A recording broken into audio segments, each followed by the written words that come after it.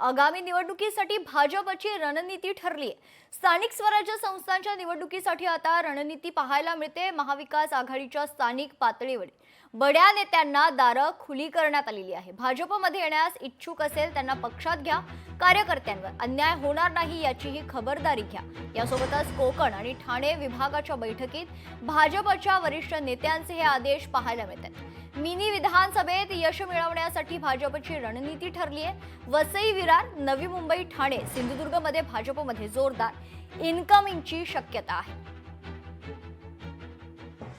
मी कुठल्याही नेगेटिव्ह कामामध्ये माझा इंटरेस्ट नसतो। मी कधी सकारात्मक जे चाललंय ते चांगलं चाललेलं आहे, त्या सकारात्मक गोष्टीला प्रतिसाद आपण दिला पाहिजे। चांगलं तर चांगलं झालंच पाहिजे, कोणी का असेल।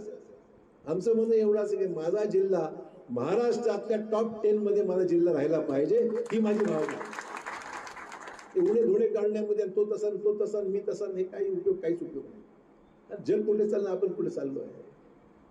काही लोकांना माझं नाव घेतल्याशिवाय जेवणच जात नाही, अडचणी काही लोकांची। मी काय कधी फिकर करत त्याची काही फिकरच करत नाही।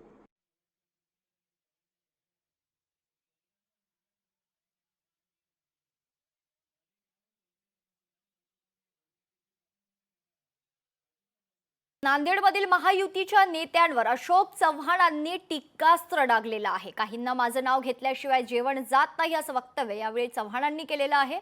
नाव न घेता अशोक चव्हाण यांची टीका पाहायला मिळते।